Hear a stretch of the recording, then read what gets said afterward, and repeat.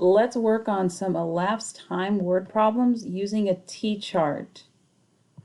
The first thing I need you to do is I need you to grab this T-chart from the white basket, grab a dry erase marker and a sock, because whatever I put on my screen you will put down on your piece of paper. So go ahead and pause the video and come back to me with those things. Alright friends, we are going to work on some word problems using elapsed time. Now elapsed time means that we are given some time and we have to figure out how much time has passed or how much more time we have to go. Now in these situations we are given the start time and the end time, and there's a missing time in between, and that is where the T-chart comes into play. And an easy way to remember that is the T-chart has the line going down the middle, so that line represents the missing time. We don't know how much time has passed. And before we begin working on the problem, I just want to remind you that when we read word problems, we read them twice.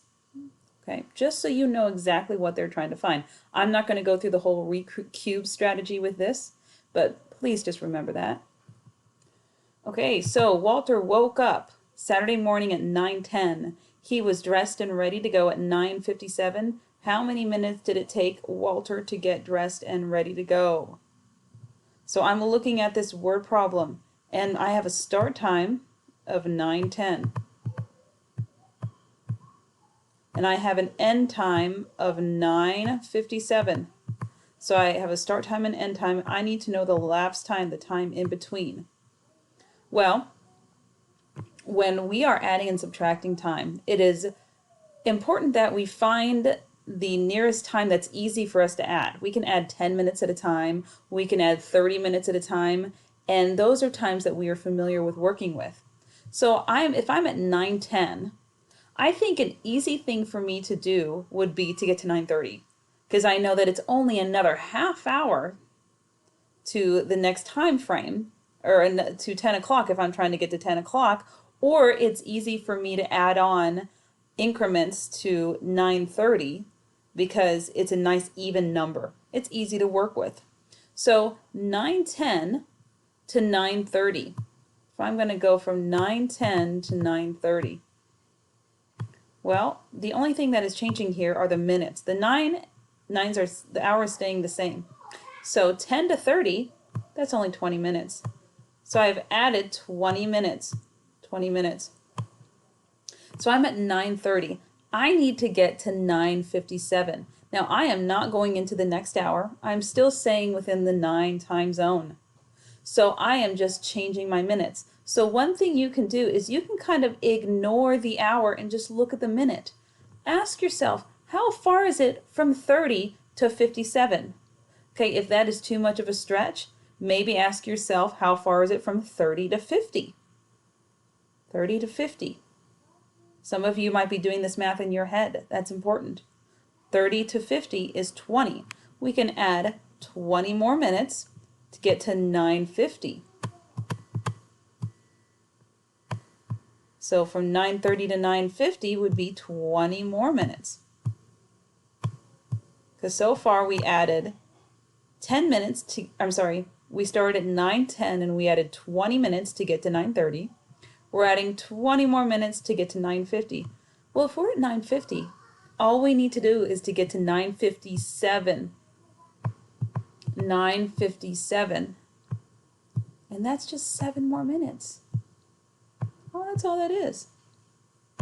So we have gone from 9:10 to 9:57. Now all the next steps, so we can figure out how much time from 9:10 to 9:57, we add up this amount. Well, I see I have 7 and then 2 and 4. 47 minutes.